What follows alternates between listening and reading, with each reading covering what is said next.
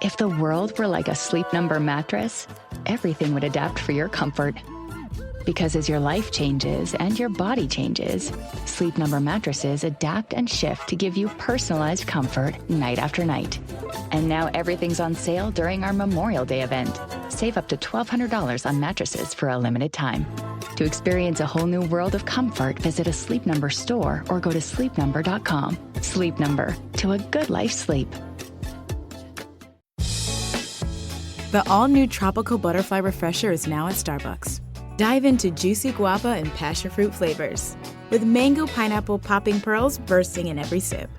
Ice cold, instantly refreshing, and impossible to put down. Made for summer, only at Starbucks.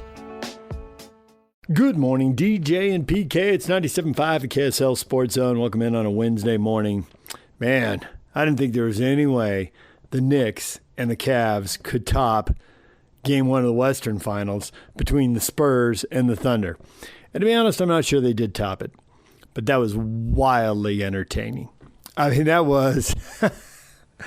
I don't know how the Knicks dug that big a hole. I'm still not clear how they got out of that big a hole. And yet they did. They closed that game on a 44-11 run. Wild. A wild turn of events. Cleveland had a 22-point lead. The Knicks with soft turnovers, Donovan Mitchell getting steals, getting layups. It was wild. They were just flying. And then all of a sudden, just an 18-1 run so fast. Now, there were some things that happened that are very explainable. And they would add up to a run, and they would add up to an entertaining finish, but don't necessarily add up to a win. First off, and we always talk about this in the playoffs, whatever happens, view it through the lens of the Jazz, right? Now, the Jazz have been a terrible defensive team, partly of their own doing because they're trying to tank games. But they did have guys, you know, and I was talking to somebody, I was talking to a former coach about it, and he's like, yeah, well, they made the test optional. Or they made the meeting optional at work, you know. You can't really test your players. If the boss says you don't have to come to a meeting, you don't, and then you don't really know who's good in the meeting and how the meeting would go if everybody's there. And when everybody knows they're tanking, the defense is going to slip. But guys, and a young player like Keontae George who's been struggling, you got to get better on defense because you want to get to the playoffs, and I think you have the talent to get there. I think you have the talent, maybe even put yourself in a situation where you might be able to win the series. Maybe like the Mammoth, you don't, but the Mammoth at least put themselves in a situation where they had a chance. You know, they were up 2-1. They ultimately lose in 6. But they took the Ice 2-2 in Game 5. They had a chance, right? They had a chance. And I think the Jazz can put themselves in that situation. Maybe they'll be able to pull off a win in that first round next year. But you don't want to put yourself in that kind of stage and then be exposed the way James Harden was, where they are going to you every time they get a chance. They are hunting you. And as bad as it was, and it was bad, I'm not going to kid you, it was bad. Brunson had 13 points in that 18-1 run, and that run took about 3 minutes. You know, there was still like 3 or 4 minutes left, and they were back in the game. If he could have done anything at the offensive end, I mean, Harden was 1 for 6 shooting the ball at the end of the game, and it was a struggle. Now, he did hit a big one with 30 seconds left to break a tie game and put them up by 2, and they needed one stop, but they went at him again, and they scored, and the Knicks scored. You know, they targeted him, and they got to overtime, and they won the game. They started overtime with like a 9-0 run. So that's one thing. You got to get better defensively because you don't want to be exposed the way James Harden was exposed. That was awful. And if you are going to struggle like that, at least do something on the offensive end. You know, if you get outscored 44-18, that'd be terrible, but you'd win the game. They just couldn't do it. They were missing free throws. They were missing open mid-range shots. Harden airballed a 3. There was some crazy stuff going on. Donovan Mitchell had an unforced error, whipped a pass out of bounds behind Harden. I don't know what was going on there. That was not good. Having said all that, bad breaks, man. Sam Merrill's 3 at the end of regulation. It looked like the Aggie was going to win the game. Looked like he was going to treat the Knicks like they were San Diego State in the Mountain West Conference tournament. But the thing spun out. So the Knicks win Game 1. Now, I feel a lot like the Western Conference. You know, Game 1 goes OT. And a bunch of crazy stuff happened. So let's see how Games 2 and 3 go, and then we'll make some maybe we'll make some decisions at that point. But let's see some more. It was one wild game, and it could have gone either way. By definition, an OT game can go either way, and in the West, a double OT game can go either way. So nothing definitive, although the Knicks and Thunder have to be happy. They got one of the four. They just got to split the last 6 now. That was unreal. I can't believe that Harden got beat up that badly. I couldn't believe they didn't get him out, but I guess, ride or die with him, I guess. But get him out. He's getting picked on. He's got nothing going. Now, if this starts to happen again in Game 2, they got to get him out then, right? I mean, right? Right? This is like watching Game 2 in the West tonight. They're not gonna put like a 6'4" guy on Wemby and hope that just by getting into his legs, you'll control him as much as you possibly can. They're going to rotate some bigger guys in there. He just went for 41 points and 24 boards against the small guys. You're going to try something different, right? Adjustments and all that. It's hard to beat teams 3 times in a row in the playoffs. We know all the cliches, but why wait that long? How about Game 2? Make a difference in Game 2. That's what we're looking for. And I just wonder how closely the Jazz players are watching this and how much they're absorbing the lessons. Man, when I was raising kids, I dropped this line once. Don't learn from your mistakes. The kids whip their heads around. I mean, they're in elementary school at this point. They're like, I don't know what, dropping this on a 7-year-old or something, 8-year-old, whatever. They're like, learn from other people's mistakes. If that kid gets in trouble, if that kid's unhappy with what he did and he's bawling his eyes out, don't do it. Learn from his mistakes. Don't be bawling your eyes out. Don't be unhappy. Don't get yourself in trouble. So watch these playoffs, man, and learn from other people's mistakes. There's a lot to be seen and a lot to be learned. And probably more tonight. Game 2 in the West. I expect Shai Gilgeous-Alexander to have a better game. I can't believe Wemby's going to go off like that again. The Spurs are going to be at home, feeling a lot of urgency not to drop back-to-back home games. So I assume the Thunder get the win tonight. I expect the Thunder to get the win tonight. Really, the only thing they probably can't replicate. Jalen Williams had a good game, but it wasn't that out of the ordinary. Caruso went off. Caruso really went off. Probably can't replicate that, but there's a bunch of other stuff. And then there's the weird oddity of these game ones that they both went to overtime tied at 101. And, okay, so that's an oddity, but the lesson there is these games in the regular season where it takes 110 to win, and if you get 120, you're almost certainly going to win, or if you give up 120, you're almost certainly going to lose. Hey, it gets different. You want to win at that level, you better be very good defensively. And the thing is, it still comes down to, it's still a make-or-miss league, and shots go in or shots don't go in. If you watch the fourth quarter of that Eastern Conference Game 1 last night, there's a Bridges. Shot clock's down. He's driving across the lane. He gets into the paint, but he can't turn and square up. He dribbles out the other side. He dribbles out to the three-point line. He hits a turnaround jumper from 3. I mean, my gosh, you want him to take that shot every time. I can't believe that thing went in. But that's not the one that beat him. It's all the good shots they got to beat him. It's all the stuff they got inside at 10 feet at the rim. That's what beat him. It's all the empty possessions at the other end, the missed free throws. But there's definitely a make-or-miss thing going on, right? And they had a 3 that I think it was Landry Shamet hit that danced on the rim 3 or 4 times. That, hey, man, stuff happens. But you had a bunch of other stops. So when you're trying to turn 120 into 101, you're not going to lock them every time. You're going to make mistakes. Shots are going to go in. But 20 points, that's 5 points a quarter. That's 2 or 3 possessions a quarter you're trying to impact. Maybe you don't foul and give them free throws. Maybe there's a 2 you don't give up or a 3 you rotate to, whatever it is. That's what you're talking about. You got to knock yourself out on every possession, all quarter long, 100 a night, just hoping to influence a couple possessions a quarter the other way. Because if you do that, 2 or 3 possessions per quarter, you're going to end up saving yourself 20 points. Because 121 to 120, it happens in a regular season. Don't expect it to happen in the playoffs. It's not how it works. You got to play better than that. All right, DJ and PK, it's 97.5, the KSL Sports Zone.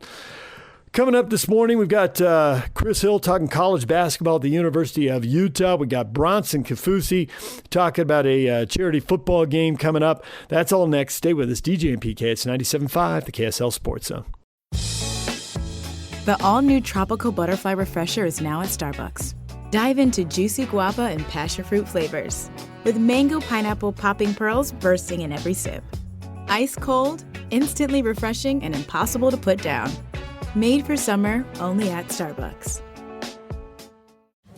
I sold my car in Carvana last night. Well, that's cool. No, you don't understand. It went perfectly. Real offer, down to the penny. They're picking it up tomorrow. Nothing went wrong. So, what's the problem? That is the problem. Nothing in my life goes as smoothly. I'm waiting for the catch. Maybe there's no catch. That's exactly what a catch would want me to think.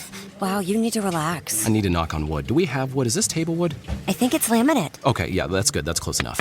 Car selling without a catch. Sell your car today on Carvana. Pickup fees may apply. DJ and PK, we're joined now by Bronson Kaufusi, former BYU football player. He's now promoting the Charity of Champions football event.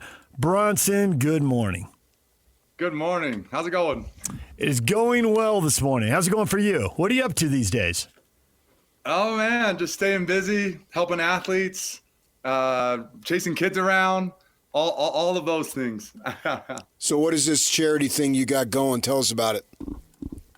So this all came from, I've gone down and played in Aaron Rodgers' charity flag football event, and there's been a few throughout the years.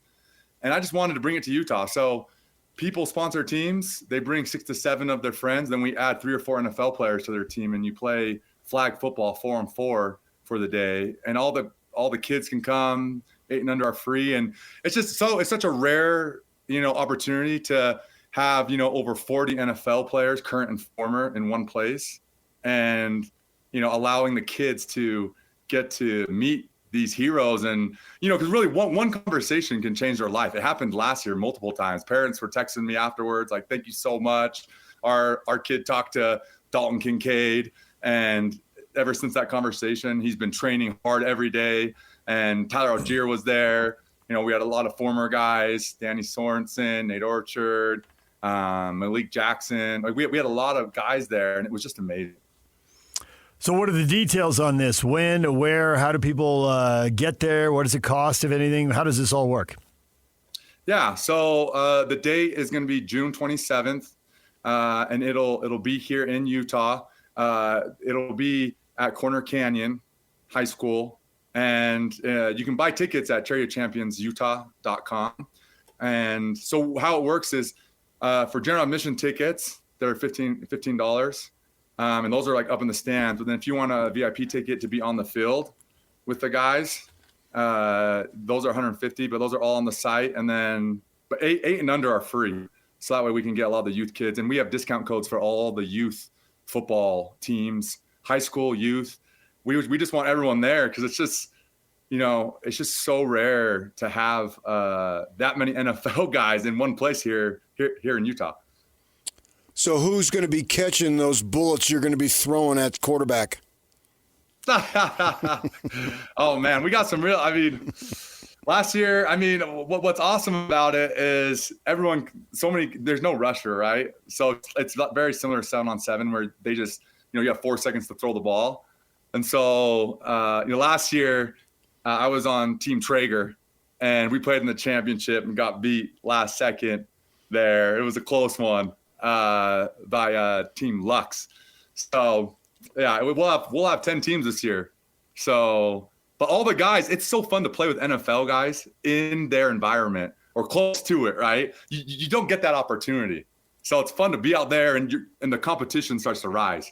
And these guys get more serious as we go because the tournament gets a little bit more heated. And it's fun to feel that, as someone that's never been out there before, right? Yeah. Nobody wants to lose. Yeah. Oh, yeah. It gets intense. Do you have all the commitments from the players? You got a long list of guys coming back? Yeah. So, yeah, we have a lot of guys coming, which I'm super excited about. What's cool too is players, will come just like last second, and because they'll hear about it and be like, oh my gosh, I totally want to be there. And it's just so fun because the field's smaller. So, you can guard some of these guys, right? As best you can, but you get that opportunity, and it's safer. It's like no one really like opens up full speed, I would say, unless it's on like the first play. Because you have the full 35 yards to go score a touchdown. So you do you have the guys, do they go both ways, or do you rotate in and out? So they go both ways, and if they want. Or it's funny because, some of the guys that play offense, like in the NFL, yeah, they just want to play defense the whole time. So, they can do, or they want to play quarterback, right? And, it's so fun. And some of the guys are just there to hang out and walk around, right? And what's cool about it is the people who sponsor the teams, that money goes towards all the NFL players' charities and to other ones as well. So, we have the opportunity to help. We can help over 20 charities all at once through kind of like this larger event. Yeah. So it's neat because, so many NFL guys locally have charities, Kyle Van Noy, Britton Covey, Garrett Bowles, all these guys have charities. And so it's really cool to be able to have something where all the charities win by bringing everyone together to have really, Utah's premier NFL player event. How many of the guys are you connected with full-time, and how much is this a treat for you to get to see guys that maybe you don't have as much contact with? Oh, man. It is so fun to be with these guys. Just because, the NFL season, it gets busy, right? You have OTAs that are going on right now, and then they have like a 5-week break. So getting to see them before they go into the season it really is a treat. And just to reconnect and see what's going on. I love helping players off the field, be successful and be able to transition. But also, one of the most important things is knowing that, hey, you know what? I am going to hang it up one day. And so I need to come to these types of events to network and meet people and just be curious to ask questions and, be able to kind of set some roots down for when I do finish playing because not everyone gets to choose when they're done playing. That's for sure. You following the Cougars at all still? Oh, yeah, of course. Of course. Right. Well, they've had 2 really good seasons under Coach Sataki. I would think that that's got to make you happy as an alum to see them do well. Just gives general assessment of the program because it seems like in the last 2 to 3 years, they've taken major strides. Yeah, I think there's a lot of excitement there. Especially, this year, this upcoming year, I feel like they're reloading in a lot of different areas. They have a strong O-line, quarterback with Bear coming back. They've added a few key pieces at tight end with those guys coming in, the wide receiver core. So, and then defense, right? You're able to reload with some of those defensive players. It's really exciting, right? I think one thing that's really helped BYU is being on the recruiting side, right? Being in a conference, I think is major, and being able to have depth. So that way, if your number 1 goes down, the number 2, 3 can get in there and play at a high level. And so I think they're going to reap a lot of benefit there, just from their recruiting pipeline. You avoided the letters N, I, and L while answering that question. I'm curious, what do you guys say in NFL locker rooms when the talk turns to NIL and rookies come in? And rookies can say things like, oh, I don't have to touch the contract money because I'm pretty well set with the NIL money. How much eye rolling is there among the veterans in NFL locker rooms?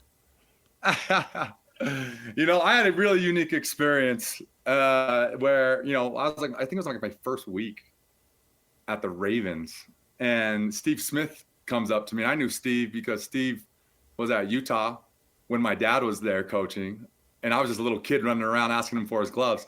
So, he came up to me and he's like, hey, do you think you could survive off $1 million the rest of your life? And I was like, no, I think I need to work still. And he's like, absolutely, read this book. And he gave me Richest Man in Babylon. And so I read that book, and that book was the first financial book I had really read. I graduated in statistics and analytics, but I really I didn't know a lot of money, right?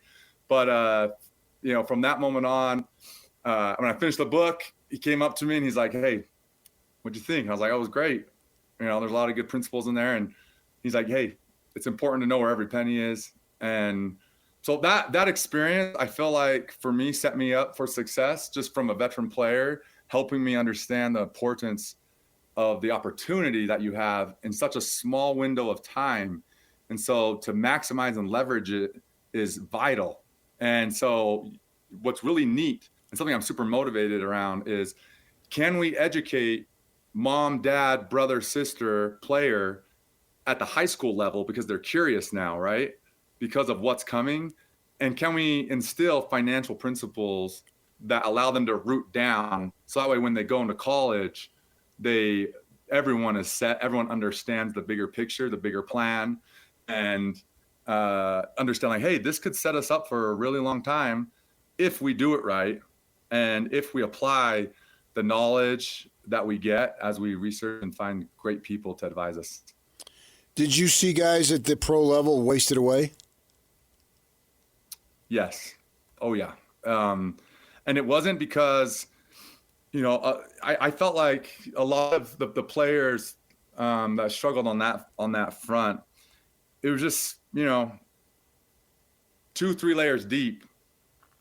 They didn't have a great, group, a great network, or an uncle or someone in the space that is high level when it comes to, wealth management, financial advisory, things like that. And it's hard because if you don't have anyone 2-3 layers deep, what do? A lot of players just turn to the first person they talk to. Uh-huh. And the first person you talk to isn't always the best person to go with, because you need to be able to, have multiple people and be able to ask questions and deep dive with, I want to talk to at least 5 people and bounce ideas off of multiple people. That's a big thing that that's helped me is, okay, how do you choose a financial team? How do you choose, even on the agency side, like what is a track record? How do I look that up? How do I break that down? And so to me, it's always more than football in all of it, right? I help out with, OG1 Athletes, which is,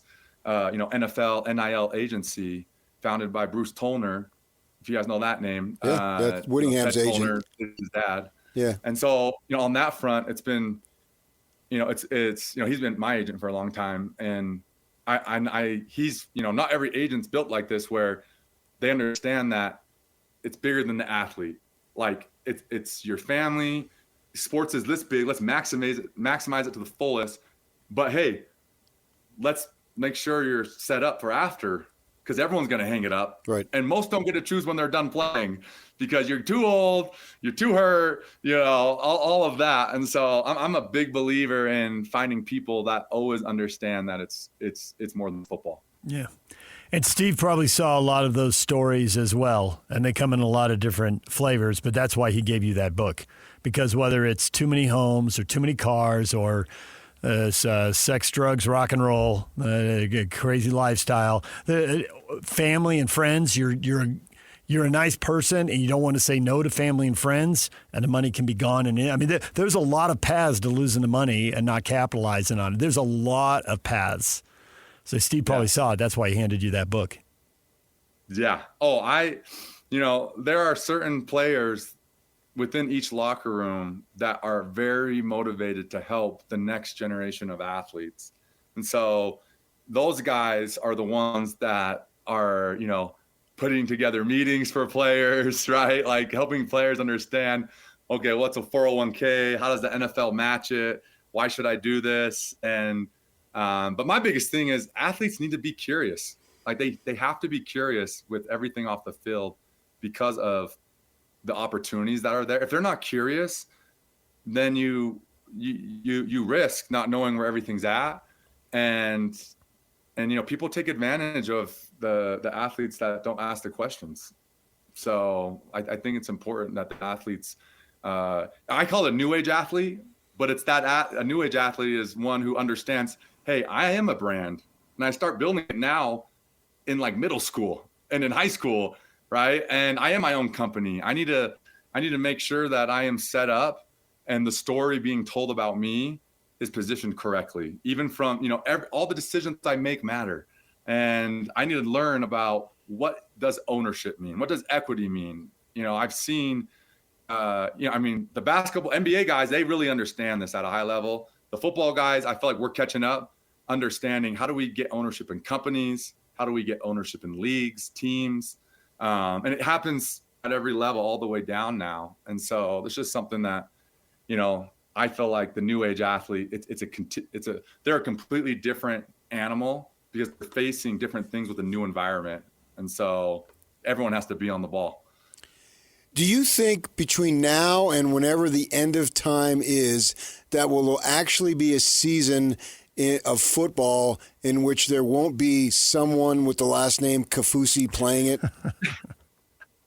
I don't know. I mean, I'm thinking right now, we have Carson up at Utah. Right. We got, that's Doug's boy. And then you got down here, you have Ace, Micah, Oli down here at BYU. And you know what's funny? I think my son and Isaiah's son, they're both they turned 7 this month.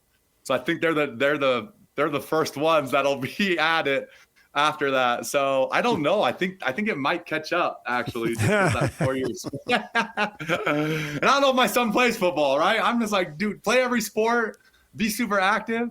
But I just want him to love the game, just because I'm really big on youth sports and helping parents navigate that space right now. Just because I've seen both sides of it.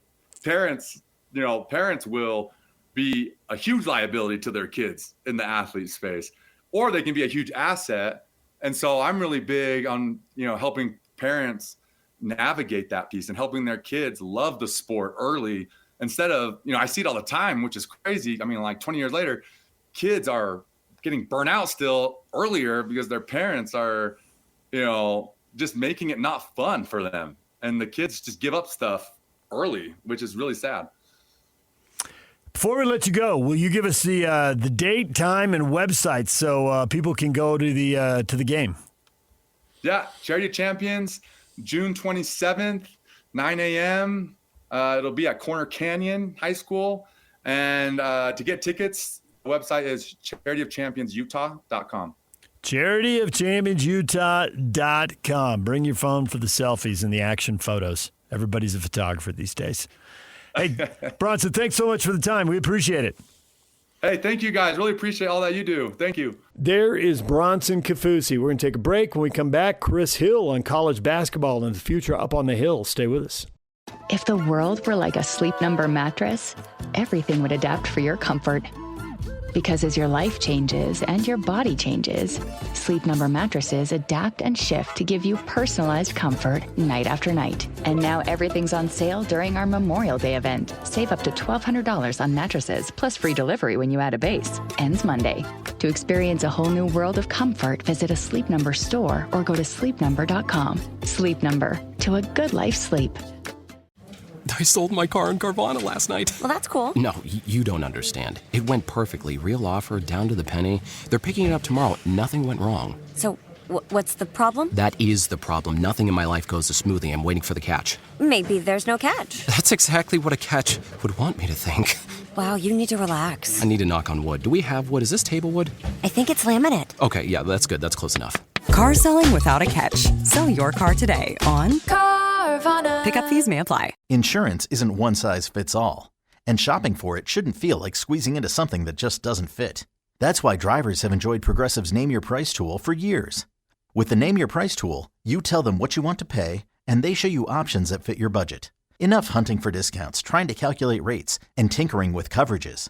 Maybe you're picking out your very first policy, or maybe you're just looking for something that works better for you and your family. Either way, they make it simple to see your options. No guesswork, no surprises. Ready to see how easy and fun shopping for car insurance can be? Visit Progressive.com and give the Name Your Price tool a try. Take the stress out of shopping and find coverage that fits your life on your terms. Progressive Casualty Insurance Company and Affiliates. Price and coverage match limited by state law.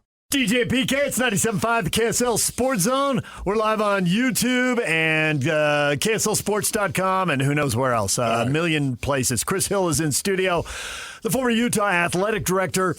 You've got a book out. Give people the website again. It's chrishillstories.com. All right. There's a lot of Majerus stories in there. It's about 31 years. You had the seat in the front row, just experiences, things that happened. Right.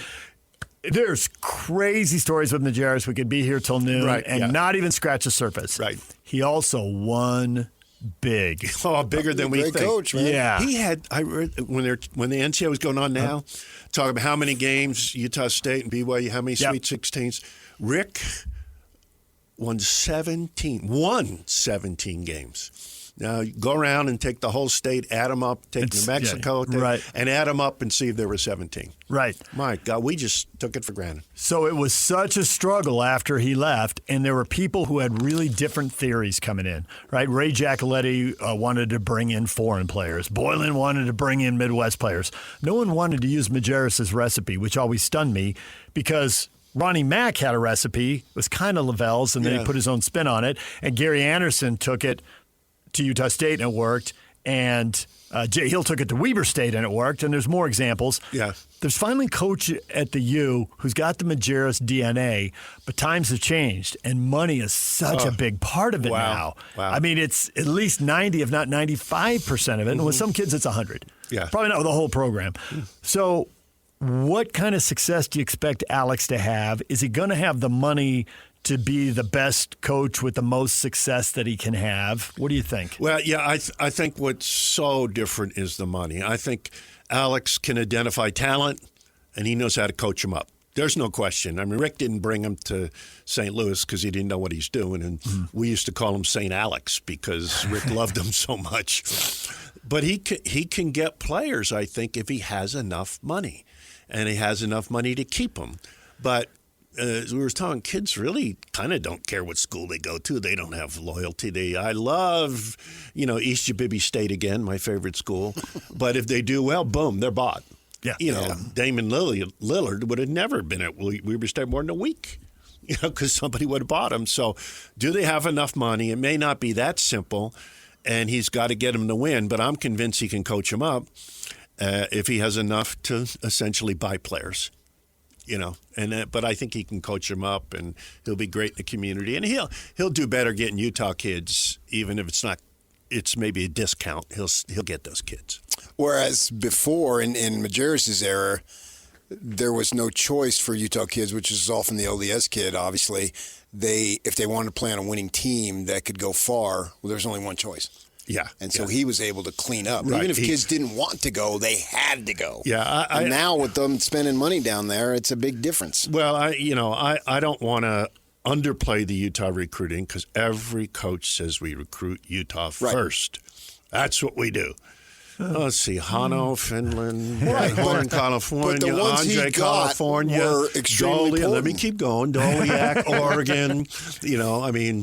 You look at it, he had great players. But then he got a Britton Johnson. He got an Alex Jensen. So he kind of did them both. Yeah. He was able to combat both. I mean, the foreign thing is bigger now because there's just better players there, and people have seen the success at Gonzaga and et cetera, et cetera. Larry's here. I think he was on the cusp of doing that.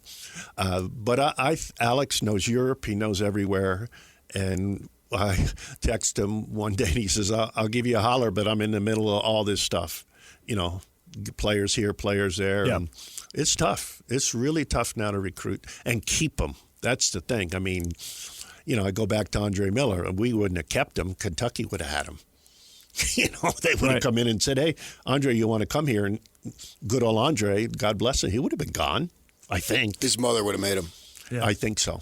He'd do whatever his mom said. Right. Yeah. And honestly, to your point, the amount of money they would have thrown at him would have been staggering. Oh, yeah. It would have been staggering. You would have been really disappointed, but you couldn't have been mad at him. No, it's knowing like, how the system works. It's exactly like when we were one of the great things that happened that we still don't know now is Andre came in to see us after the Final Four. Mm-hmm. We had Russ Granick on a speakerphone.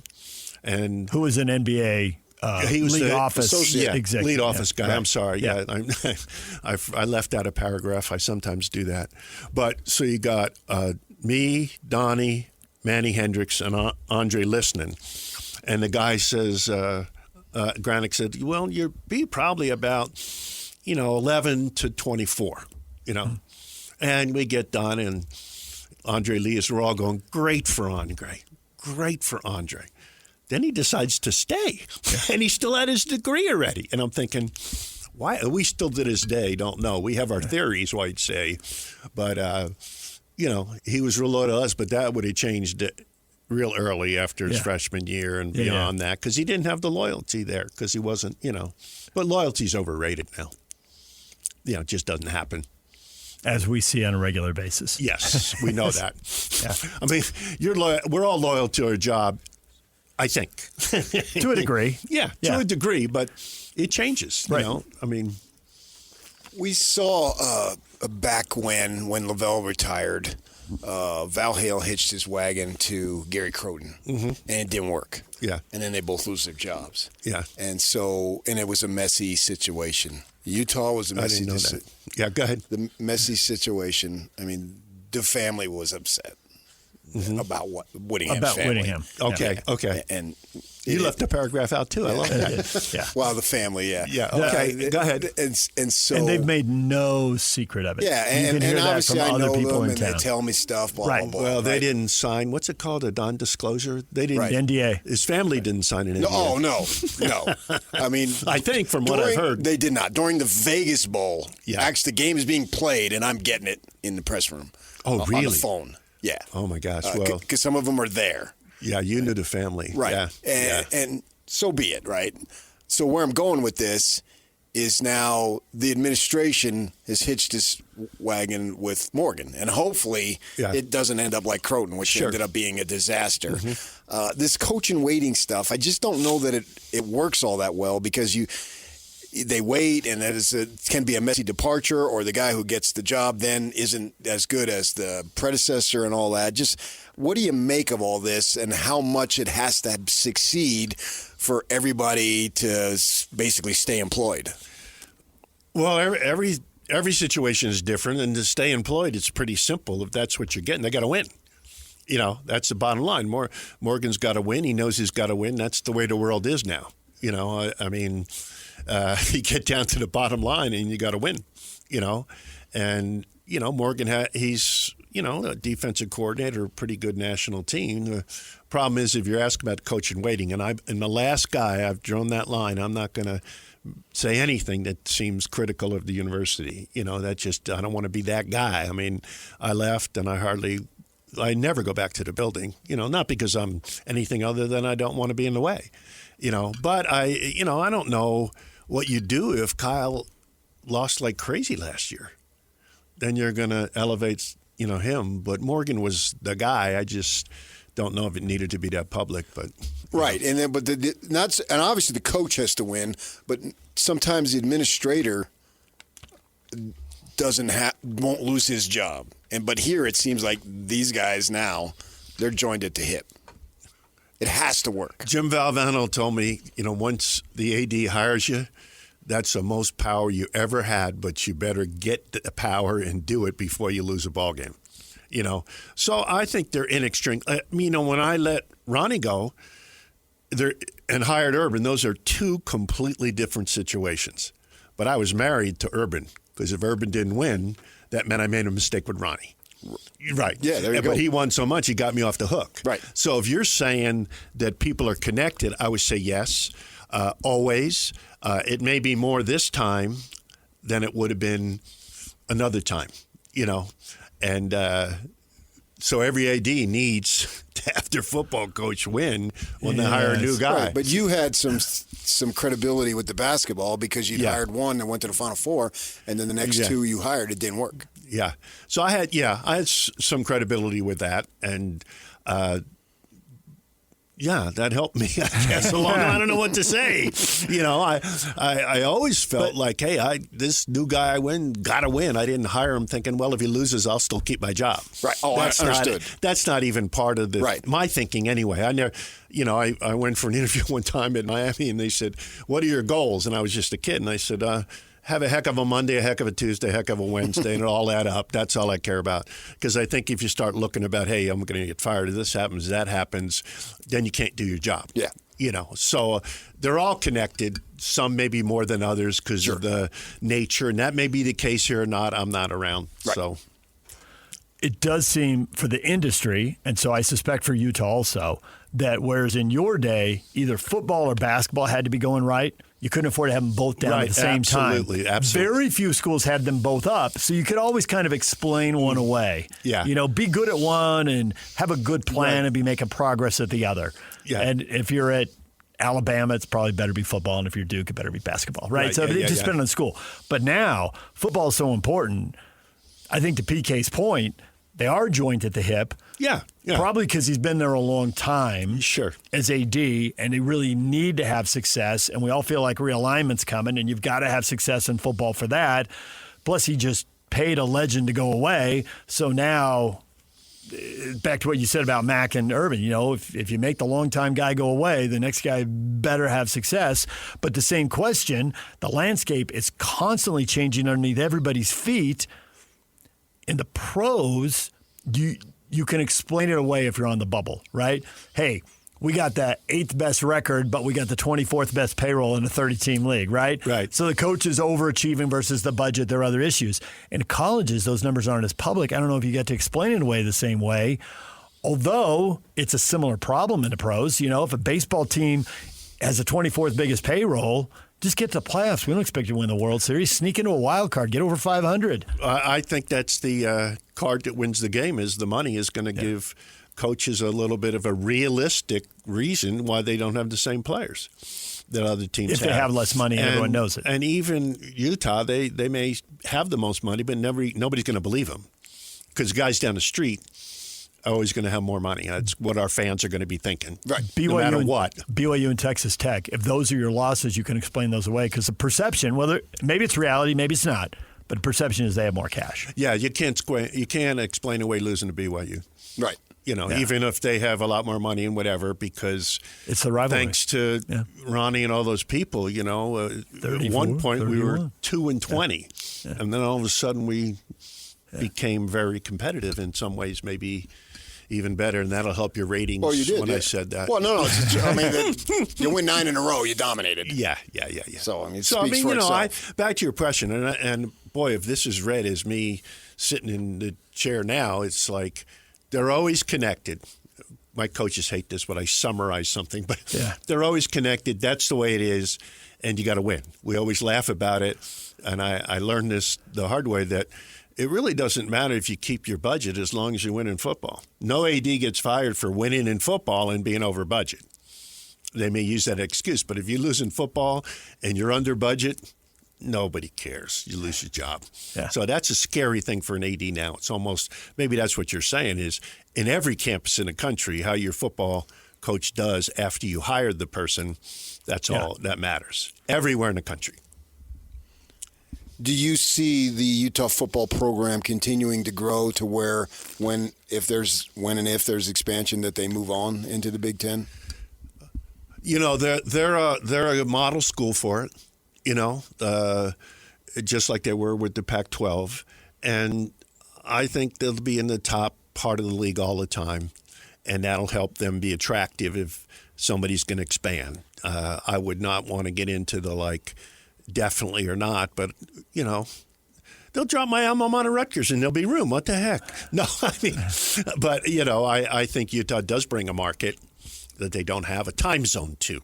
That's a time zone, yeah, for sure. Time zone's really important, and you have to know who you are. So you're playing Michigan against Utah. Michigan's going to be the one that brings the eyeballs, but at least the state of Utah is going to be packed watching it.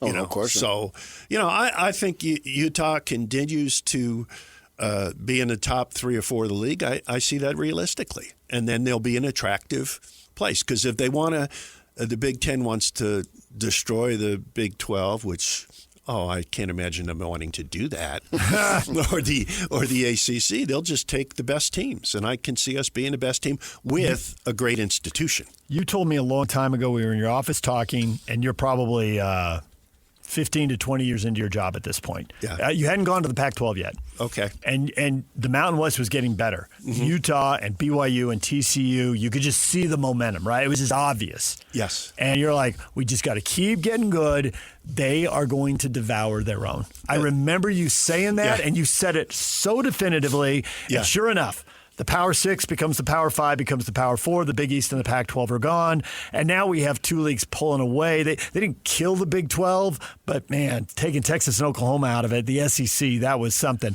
And it feels like it's coming for the ACC as soon as the contracts allow it. It's going to happen there. We got a Big 2. And there seems to be this assumption we're going to stop at a Big 2. And I personally don't understand it because I go back to what you said. It's this innate thing built into sports. It's incredibly predictable. You called it decades ago. Why won't one of these two big leagues try to damage the other one? Especially because, as we talked earlier, you got two networks that wouldn't mind getting the upper hand on the other one who are funding all of this. Why not? Why doesn't the Big Ten raid the SEC for Florida and Georgia, or Texas and LSU, Tennessee and, I don't know, somebody else, maybe Bama? Your question is a good one, and why wouldn't they? Because they will, and the way to get around the NCAA is we'll have our conference guidelines, we'll have our own conference tournament, we'll control all the money, we'll make our own conference rules. The NCAA can exist, and we can still have our water polo and volleyball and soccer playoffs and baseball and softball and whatever.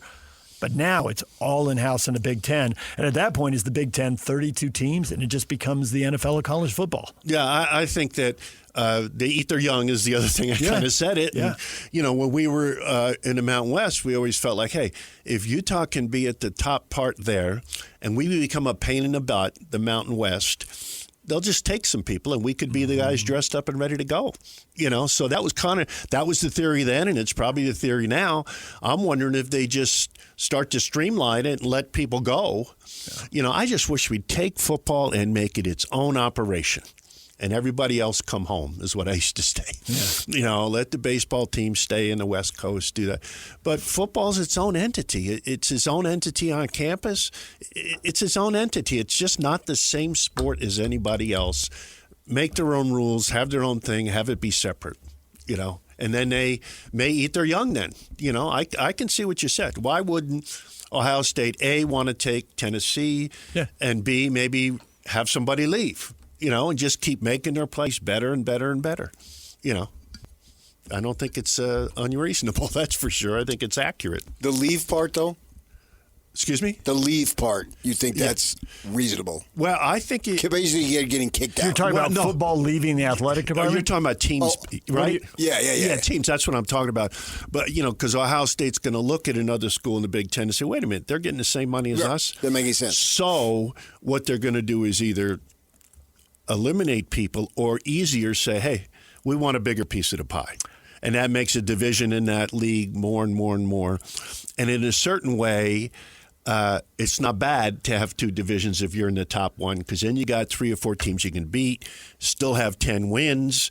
But if all of a sudden, who thought maybe Oklahoma's not going to be one of the major schools in the country, or Nebraska? Who would have thought that? Yeah, Nebraska's fall is incredible. Yeah, it's incredible. Incredible. I never would have thought Utah plays Nebraska and we're expected to win. Which is what it was in Vegas last year. It used to be 60-12 is when I started. Right. And we'd go home with money. We'd go home with money and lose. You'd write a check and apologize to Frank Dolce. Frank, you're going to get beat up today. Yeah, right. And I know that's part of the plan. Was one of the first things we did is got rid of those money games. Right, Get rid of the money games. Play an easier team, get some wins, have people healthier because we weren't as deep as BYU, and at the end of the year have better chance because we have better players. We didn't have our third team players. Right. I'm sorry, guys, that we're on the third team. I apologize. I hope you're not listening. They were great when they became first teamers. It was just as freshmen. They couldn't. Right. Yeah, that could be it, though. Yeah, it was partly. Yeah, they're not ready. They develop players well. There is Chris Hill. When we come back, what is trending? The headlines are next. The all-new Tropical Butterfly Refresher is now at Starbucks. Dive into juicy guava and passion fruit flavors, with mango pineapple popping pearls bursting in every sip. Ice cold, instantly refreshing, and impossible to put down. Made for summer, only at Starbucks. Summer is all about freedom, fun, and growing up. And between the ages of 9 and 13, kids are starting to form their views about alcohol. With more independence, their still developing brains need more guidance and support than ever. That's why summer is the perfect time to stay connected and plan fun, safe family activities together. Research shows kids who spend quality time with their parents doing what they enjoy are less likely to drink underage. And when kids feel close to you, they're more likely to listen, especially when you set clear expectations. In fact, kids who drink before 15 are far more likely to struggle with alcohol later. This summer, create a no-bummer summer with fun, alcohol-free activities for your kids. Go to summer.parentsempower.org to take a quick quiz and discover ideas tailored to your family. A little time together can make a big difference. For more information and to learn more about how to prevent underage drinking, visit parentsempowered.org.